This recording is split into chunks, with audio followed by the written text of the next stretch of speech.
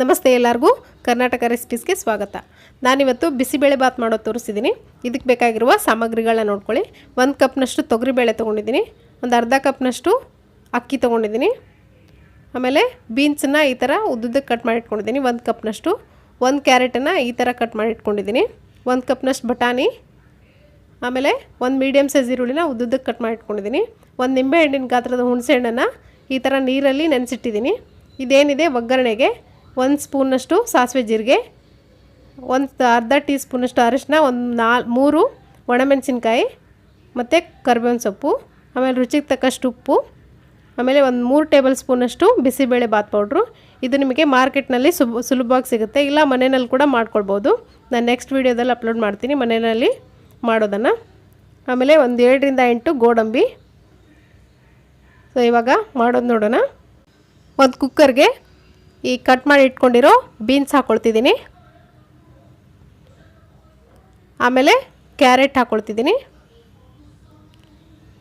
ಈ ತೊಗರಿಬೇಳೆ ಹಾಕ್ಕೊಳ್ತಿದ್ದೀನಿ, ಆಮೇಲೆ ಅಕ್ಕಿನ ನಾನು ಚೆನ್ನಾಗಿ ತೊಳೆದು ಇಟ್ಕೊಂಡಿದ್ದೀನಿ ಮೊದಲೇ, ಆಮೇಲೆ ಬಟಾಣಿ, ಆಮೇಲೆ ಕೊನೆಯದಾಗಿ 1 ಟೀ ಸ್ಪೂನಷ್ಟು ಉಪ್ಪು ಹಾಕ್ಕೊಳ್ತಿದ್ದೀನಿ. ಇದಕ್ಕೆ 1.5 ಗ್ಲಾಸ್ನಷ್ಟು ನೀರು ಹಾಕ್ಕೊಳ್ತಿದ್ದೀನಿ ನಾನು. ಇದನ್ನಿವಾಗ ಮುಚ್ಚಳ ಮುಚ್ಚಿ 1-2 ವಿಜಲ್ನ ಮೀಡಿಯಮ್ ಫ್ಲೇಮ್ನಲ್ಲಿಟ್ಟು ಕೂಗಿಸ್ಕೊಳ್ಳಿ. ಇದಕ್ಕೆ ನಾನು ಅರಿಶಿನ ಪುಡಿ ಕೂಡ ಹಾಕ್ಕೊಳ್ತಿದ್ದೀನಿ 1 ಟೀ ಸ್ಪೂನಷ್ಟು, ನೀವು ಬೇಕಿದ್ದರೆ ಸ್ಕಿಪ್ ಮಾಡ್ಬೋದು. ಇದನ್ನು ಮುಚ್ಚಳ ಮುಚ್ಚಿ 1-2 ಕೂಗಿಸ್ಕೊಳ್ತೀನಿ ನಾನಿವಾಗ.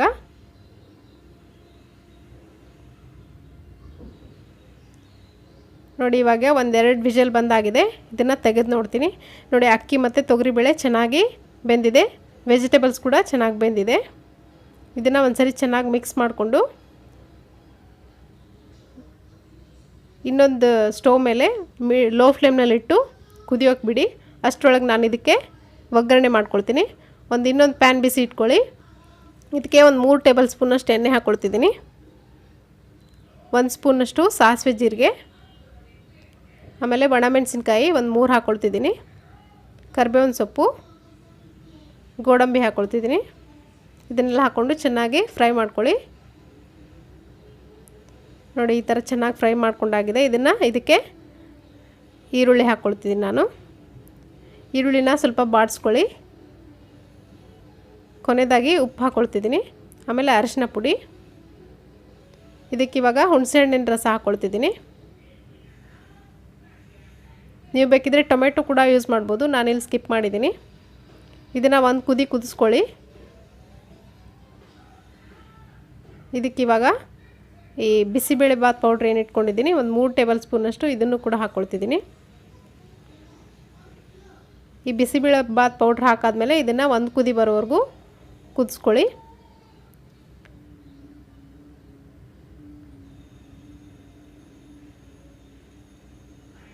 ನೋಡಿ ಇವಾಗ ಇದು ಚೆನ್ನಾಗಿ ಫ್ರೈ ಆಗಿದೆ.